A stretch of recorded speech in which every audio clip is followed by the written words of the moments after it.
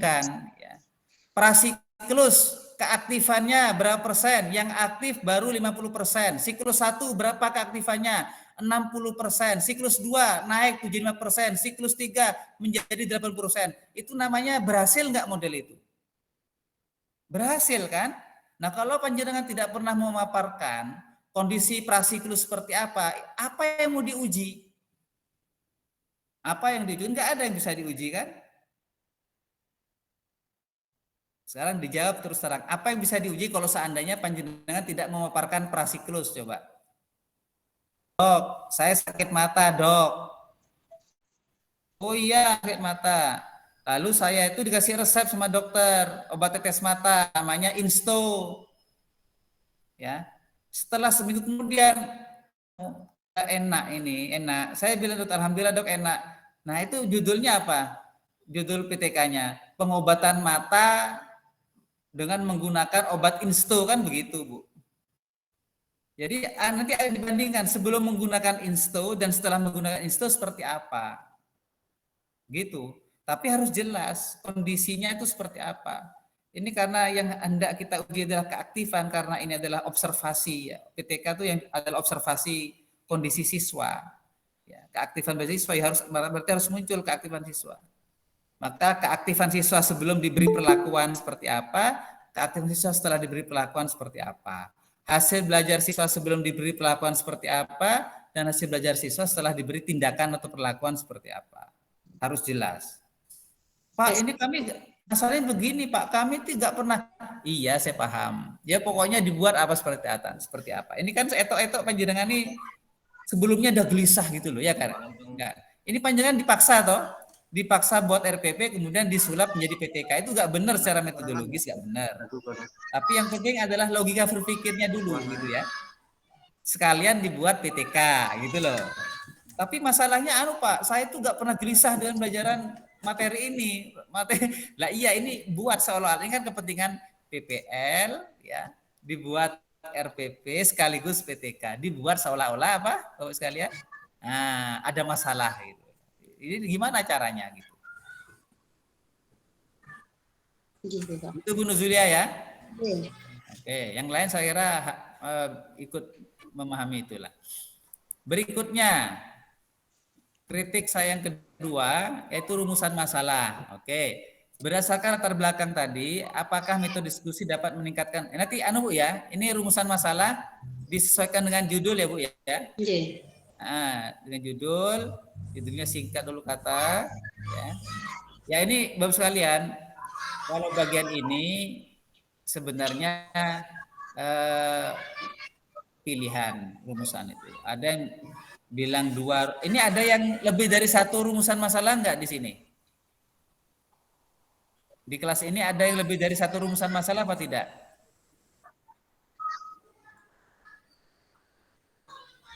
Ya, satu, oke.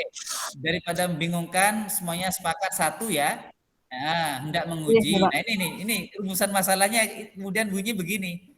Apakah ya, katakanlah modelnya PBL dapat meningkatkan keaktifan dan hasil belajar siswa materi apa keteladanan Nabi Muhammad Shallallahu Alaihi Wasallam. Nah kan gitu kan? Nah begitu ya, keaktifan menguji. Lalu nanti di bagian keberapa nanti ada namanya hipotesis tindakan. Ya, ada namanya dugaan sementara tindakan. Ya. Oh ternyata ada peningkatan setelah diterapkan, begitu ya.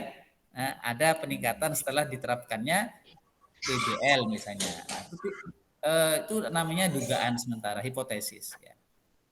Oke, saya lanjut. Jadi sudah benar ya, rumusan masalah satu saja daripada bingung. Oke. Sekarang tujuannya adalah untuk meningkatkan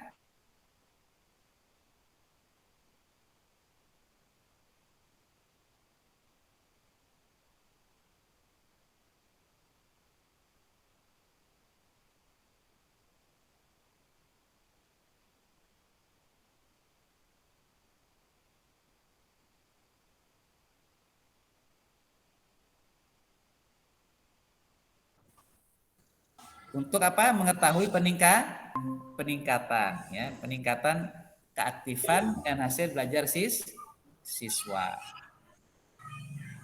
Manfaat bagi siswa, manfaat bagi guru, manfaat bagi sekolah. Nah, Bapak sekalian, untuk manfaat ini minta tolong. Manfaat itu secara keseluruhan saja itu ada dua, nggih, Bapak sekalian ya.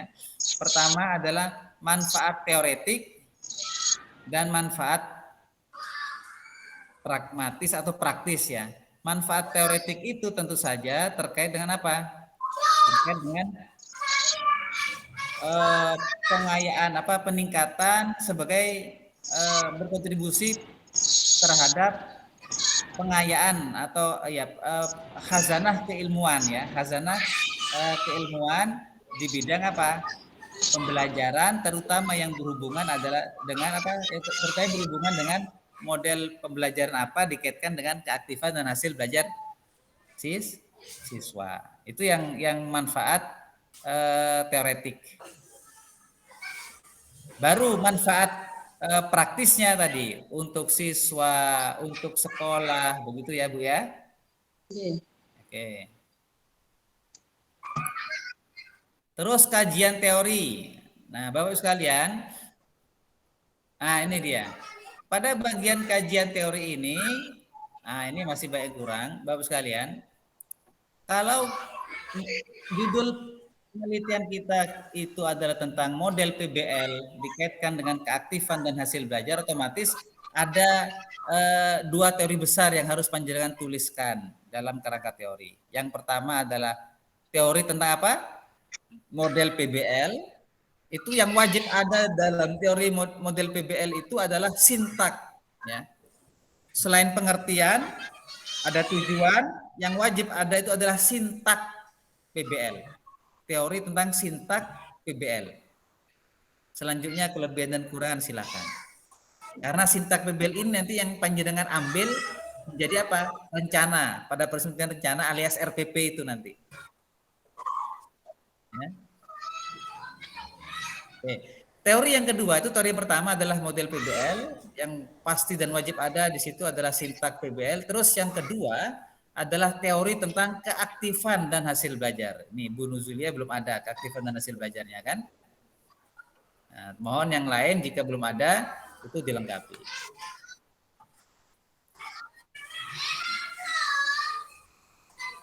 Oke.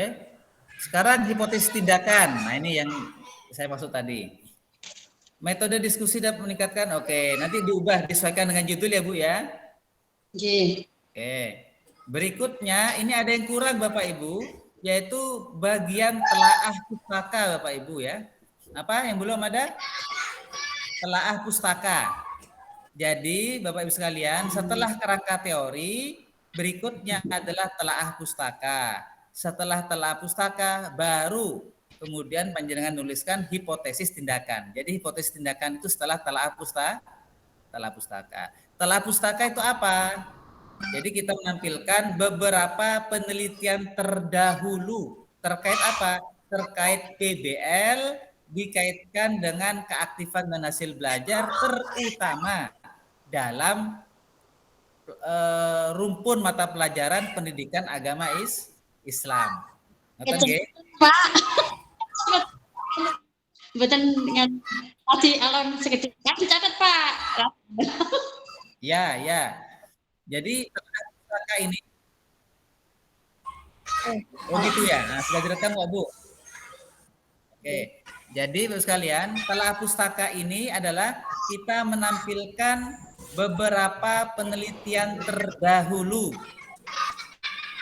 Ya, tentang apa? Tentang penggunaan model PBL dikaitkan dengan keaktifan dan hasil belajar siswa. Ya. Nah, itu. Tampilkan apa yang ditulis, siapa penelitinya, namanya siapa, judulnya apa, ya, metodenya bagaimana, hasilnya bagaimana. Tampilkan 3, 4, atau 5 penelitian terdahulu. Caranya bagaimana Pak? Gampang. Tinggal search di internet, ada itu banyak ya. Di jurnal-jurnal itu banyak. Ya, gampangnya lagi kalau pengen tahu, ambil bagian abstraknya itu, diambil itu sudah menggambarkan keseluruhan hasil penelitian. Ngeten Bapak Ibu? Selanjutnya, nah, baru kemudian hipotesis tindakan. Jadi setelah kerangka teori, ada telah pustaka, baru hipotesis tindakan. Bapak Ibu, kenapa hipotesis tindakan adanya setelah kerangka teori dan telah pustaka? Bapak Ibu sekalian, hipotesis itu adalah dugaan sementara. Nah, secara metodologis kita nggak boleh menduga-duga tanpa alasan. Dugaan kita itu harus ada dasarnya. Dasarnya apa? Dasarnya adalah pernyataan-pernyataan dalam kerangka. Saya kira sudah. Nah, sekarang metode penelitian Bapak Ibu ya. Ini tolong disesuaikan. Panjenengan sudah menerima buku pedoman penulisan proposal PTK nomor boten dari pengelola.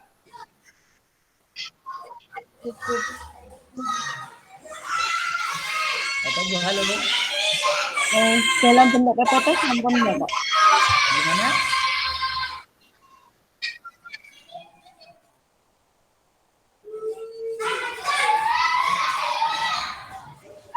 Iya, maksud saya sistematika dalam PTK terutama pada bagian metode penelitian. Sudah ada belum? Sudah dalam bentuk PPT, Bapak. Nah, Sudah. itu diikuti nggih. Jangan membuat jangan sampai beda-beda. Ya. Umumnya biasanya dalam metode penelitian subbahasan counter pertama itu adalah A atau 1 jenis penelitian. Ya.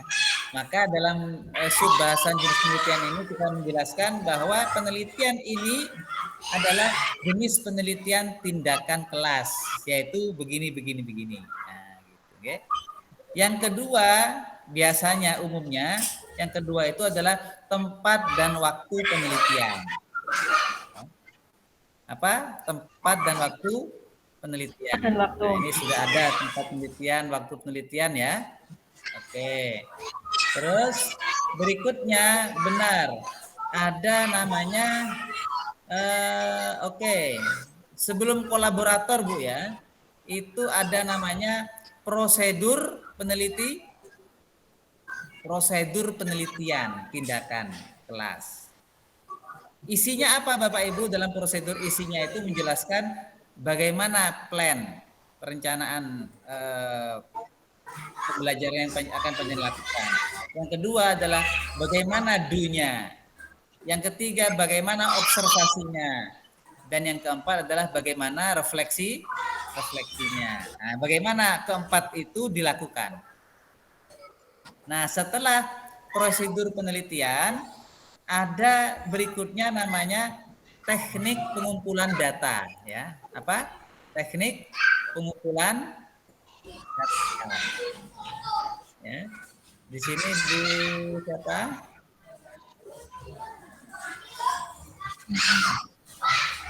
Oke, dan instrumen ya. Teknik pengumpulan data. Bagaimana data dikumpulkan, Bapak sekalian? Jadi data dikumpulkan itu dengan dua hal, Bapak sekalian ya. Umumnya dengan dua, yaitu apa? Teknik observasi. Yang kedua adalah teknik tes.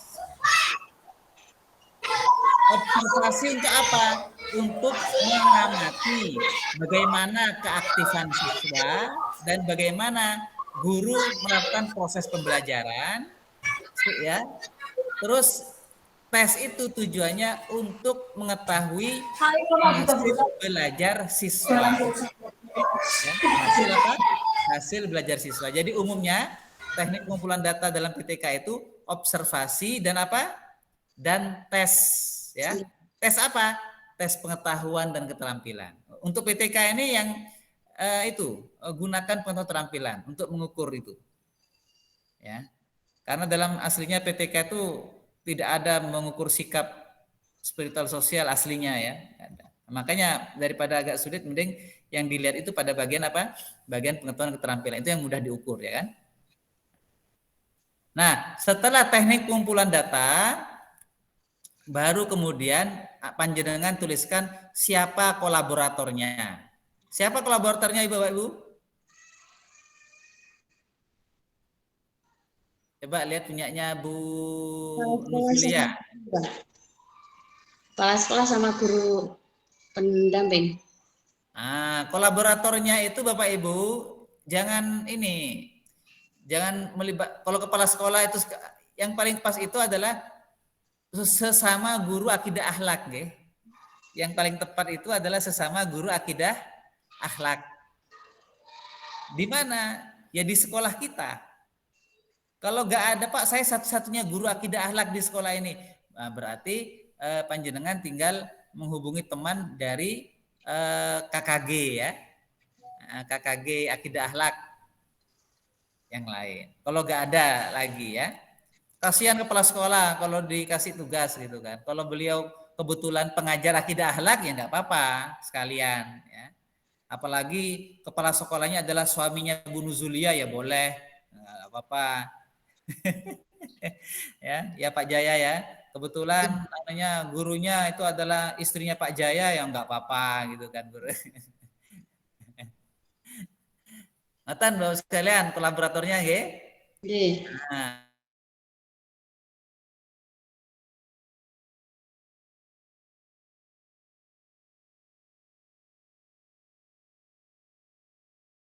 analisis data Bapak Ibu ya. Nah, Bapak Ibu sekalian, teknik analisis data ini adalah teknik yang digunakan untuk menganalisis hasil observasi keaktifan siswa dan hasil bagaimana guru mengajar, observasi bagaimana guru mengajar, serta ya kalau observasi ya, kalau apa teknik analisis ini serta bagaimana kita menganalisis hasil tes. Nah, menggunakan apa Bapak Ibu? Nah itu dijelaskan dalam bagian teknik analisis data. Yang terakhir adalah indikator penelitian. Nah Bapak sekalian, indikator ini terkait dengan dua hal ya. Yang pertama terkait dengan keaktifan belajar siswa dan yang kedua terkait hasil belajar siswa. Ini miliknya Bu Nuzulia apa nih? Yang pertama tentang pelaksanaan RPP Bu ya. Yang kedua adalah hasil belajar. Nah ini mohon karena yang akan kita teliti itu adalah keaktifan dan hasil belajar maka keaktifan dimunculkan. Berapa persen siswa? Jadi panjenengan harus target penelitian ini akan berhasil jika sekian persen siswa aktif. Boleh 85%, boleh 90%, bahkan sangat boleh panjenengan menuliskan 100% siswa aktif misalnya, boleh. Nah, yang kedua adalah hasil belajar. Ini apa nih? Memenuhi target yang ditentukan secara klasika itu 75% serta memperoleh nilai. Berapa? Jadi 75% siswa memperoleh nilai sama dengan atau lebih dari 70 ya Bu ya? Nggih. KKM-nya 70. Nggih 70. Nah, silahkan panjenengan yang menetapkan itu ya. Nah, itu apa yang ditetapkan. Jadi yang panjenengan tetapkan itu adalah bagian-bagian yang itu setelah siklus 3 ya. Target itu adalah yang siklus 3 ya. Nggih, siklus 3 Nah, Nggih. jadi nanti indikator ada dua hal Bapak Ibu. Yang pertama apa? Tentang keaktifan siswa. Berapa persen siswa nanti setelah siklus 3 itu berapa persen siswa yang aktif.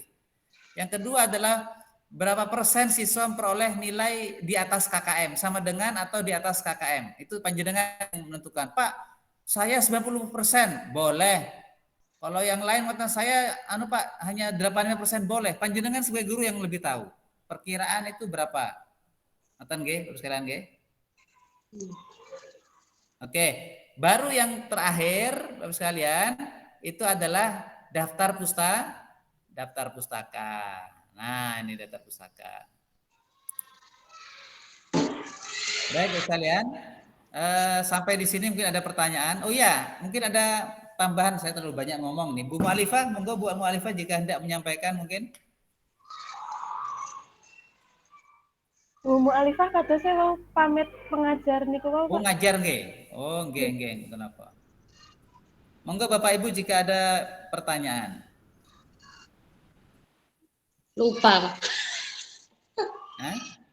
Lupa malahan.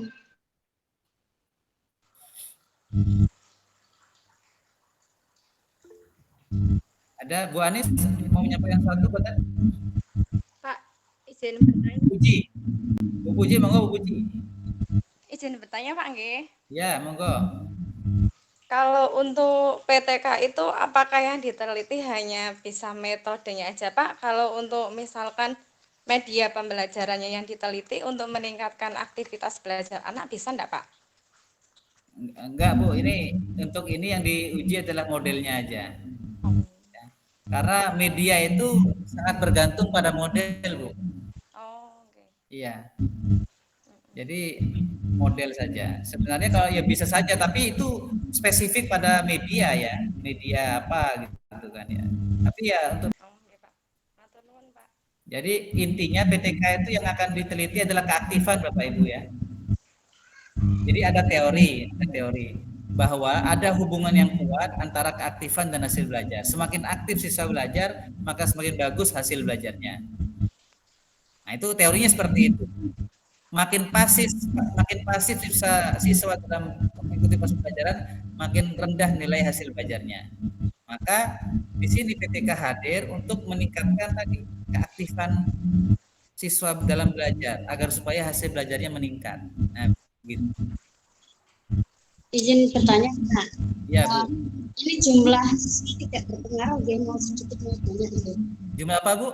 Jumlah siswa, misalkan besok saat TPL penelitian, jumlah siswa tidak akan berpengaruh dengan ya, Nggak PTK. masalah, Bu. Nggak masalah. Yang penting gini, kelasnya jangan gonta-ganti, hanya kelas itu aja. Misalnya 10 orang, ya itu terus 10 orang. Iya. Jangan sampai siklus 1 di kelas 4, siklus 2 di kelas 5, siklus di kelas 3. Bahkan siklus 1 di kelas A, siklus 2 kelas B, siklus 3 kelas C. Enggak boleh. Secara metodologis tidak bisa dipertanggungjawabkan. Harus di kelas yang sama. Seandainya cuma 7 orang sekalipun, yang enggak apa-apa, kelas itu saja terus. Kan, okay? Soalnya saya kan penempatan Pak, saya di sini kan ini sebuah yayasan mau membuka MI baru, jadi kan hanya 8 anak gitu loh lah. Harapan saya itu nanti kan tidak terpercaya karena saya kan nginduknya di Gedang Anak, cuman karena sini minta bantuan, akhirnya kan saya dikirim ke sini untuk membantu mengajar gitu. Jadi khawatir saya berpengaruh dengan itu enggak dipakai.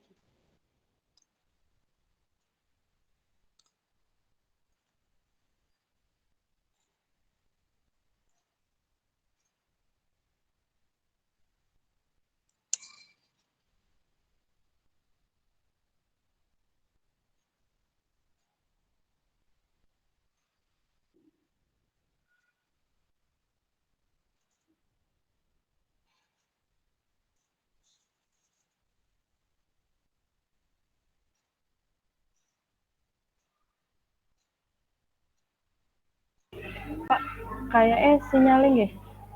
Iya kah? Sinyalnya kayak saya kemarin putus-putus terus. Oh nggih. Sinyalnya menyami Bu. Putus. Niki sinyal kula putus nyambung, jadi tidak jelas. Mendung. Mendung. Bapak terus. WiFi mati, paket data juga mati, jadi nggak bisa apa-apa nih. Alhamdulillah sudah bisa bergabung lagi. Tadi sampai di mana ya Bapak Ibu? Jumlah murid tidak berpengaruh. Oh iya, jadi nggak berpengaruh Bu ya. Ada lagi? Kalau nggak ada, saya kira cukup ya kalau nggak ada lagi.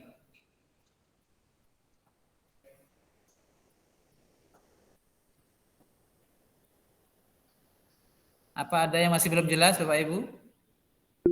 Oh, untuk itu review. Oh, Bu Anise. Satu ya. Ini Pak Ali Arwani dulu, Pak Ali Arwani. Ya, mau tanya Bapak, untuk RPP ini kan mau saya revisi, gitu. Untuk pendekatan saintifik semua, cuma untuk model itu yang RPP 1 konvensional, yang kedua itu NHT, gitu, kartu, yang ketiga juga kartu. Apakah itu bisa, gitu? Enggak. Tapi yang pertama itu konvensional, karena Gini Pak. Jadi konvensional itu yang prasiklus Pak. Jangan dijadikan siklus 1, jangan. Ya. Jadi yang prasiklus itu yang konvensional. Terus namanya resep atau obat yang mau diuji itu harus satu, nggak boleh gonta-ganti Pak ya. Berarti tetap nggak bisa nggih, tetap harus Nggak boleh. kalau NHT nggih, NHT semua nggih. Number head together itu bukan model Pak, itu strategi Pak. Oh Ini yang gitu. perlu saya luruskan, bedakan antara pendekatan, model, strategi, dan metode, okay? Beda. Jadi begini Bapak Ibu, paling atas itu adalah pendekatan. Yang dipakai dalam PPG ini ada dua pendekatan. Pendekatan saintifik dan pendekatan TPACK. Tahu TPACK belum? Dalam modul ada loh itu. Iya. Technological Pedagogical Content Knowledge, ya. Nah itu. Tapi saya lihat di RP Jenengan sudah masuk itu TPACK-nya itu. Pendekatan apa itu masuk kok. Ya. Terus di bawahnya model, di bawahnya pendekatan ada model pembelajaran. Model pembelajaran itu banyak juga. Jadi ada PBL, ada PJBL, ada discovery, ada inquiry, dan ada model-model termasuk model cooperative learning. Tempat. Itu. Terus kemudian di bawahnya model itu ada strategi, banyak sekali strategi. Jadi strategi ini adalah strategi-strategi untuk menyukseskan model. Ya, ada number head together, ada kemudian apa namanya Pak? Tadi jangan bilang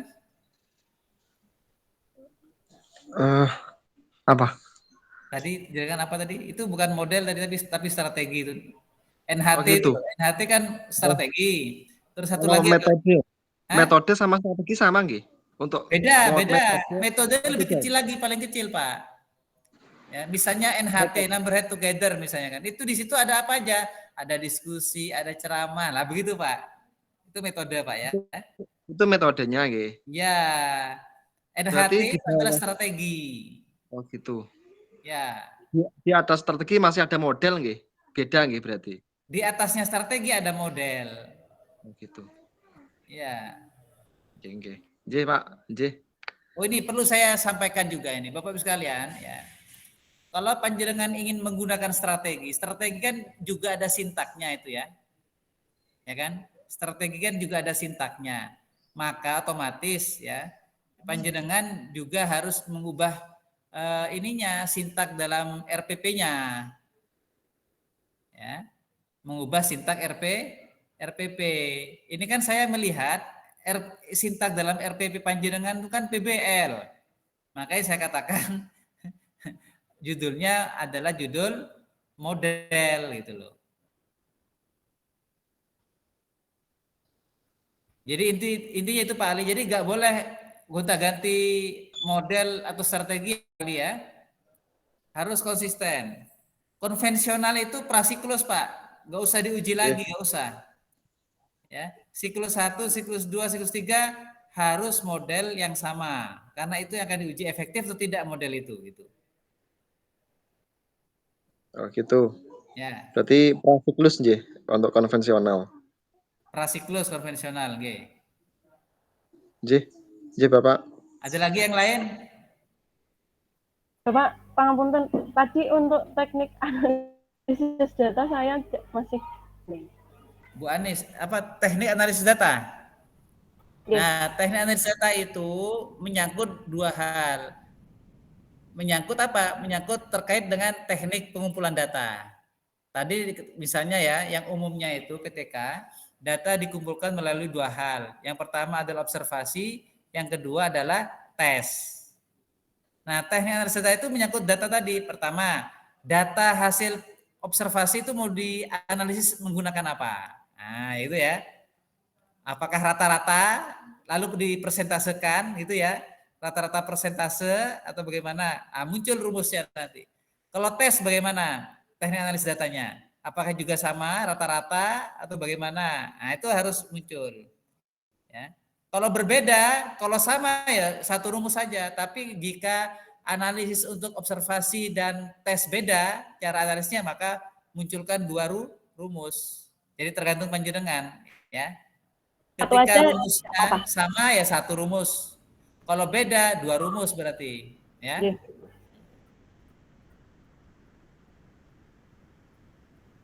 Ada lagi yang lain?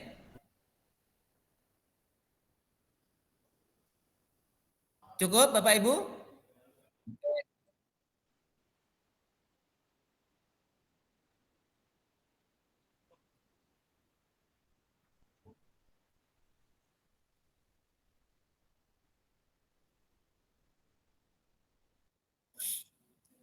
Oh, gimana ya? Itu saya nggak pernah, tapi begini Bapak, itu kan teman sejawat untuk anu nggih, di antara panjenengan saja nggih. Ya Pak ya?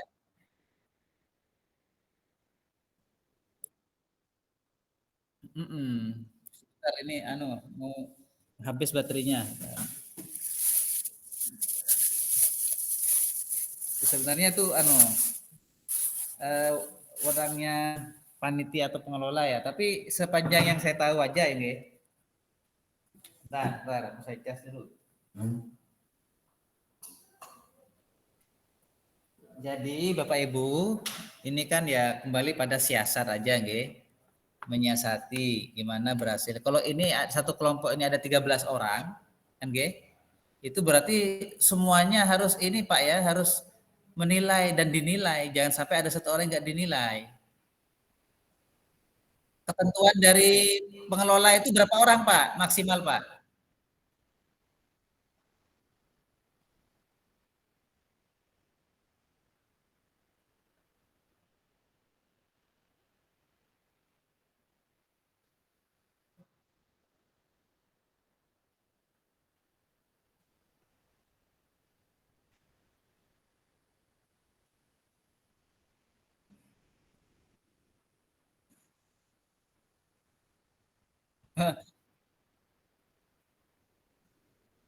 Kalau itu kurang tahu Pak ya, itu coba tanya ke pengelola saja Pak ya. Nah, ya ke pengelola aja Pak ya. Gitu Bapak Ibu sekalian, kalau udah ada kita cukup. Cukup Bapak. Assalamualaikum Pak. Iya Pak. Menyangkut dua hal Bapak. Yaitu pertama, instrumen keaktifan, jadi instrumen observasi keaktifan belajar siswa. Oke. Ditambah lagi instrumen observasi bagaimana guru mengajar, mulai dari kegiatan pendahuluan sampai dengan penutup itu ya. Nah, itu untuk observasi. Dan instrumen hasil belajar, maksudnya ada instrumen tesnya, ya. Tes apa? Tes pengetahuan dan keterampilan, ya. Nah, itu tolong disiapkan. Dan itu sudah ada dalam RP Panjenengan kan, kalau hasil belajar kan, ya.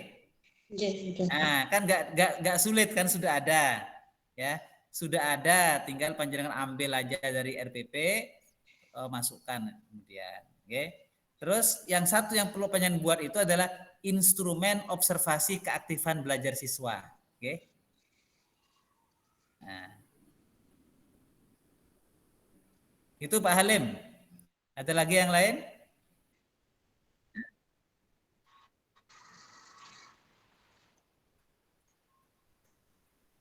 Cukup Bapak Ibu?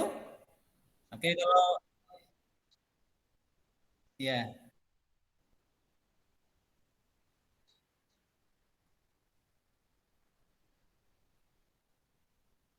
Oh, nggak tahu ya. Kan jadwalnya kan sampai 25 besok terakhir kan ya? Bener ya? Ya. Nah, kalau Jumat kan sudah mulai peer teaching, nggih. Bukan, bukan. Bukan ya, bukan ya. Nah, besok itu PTK masih cuman bagian instrumen kan, nggih. Nah, nggak apa-apa lah, monggo. Kalau Bu Mu'alifah mau vikon dengan hari Jumat ya silahkan aja, nggak apa-apa. Kalau dengan saya udah cukup hari ini saja, karena sudah mengcover proposal sama instrumen, nggih. Nah, langsung kerja mawon. Nggih, nggih. Paling lambat kapan ini Pak? Kenapa Bu? PTK-nya paling lambat dikumpulkan besok. Besok nggak apa-apa. Saya nilai besok, nggih. Bersama instrumennya besok sekalian. Ya, jangan lebih dari besok, nggih, karena hari Sabtu sudah masuk peer teaching, nggih. Nggih. Cukup Bapak Ibu, nggih? Nggih, nggih, matur nuwun. Saya kira begitu. Alhamdulillah akhirnya usai sudah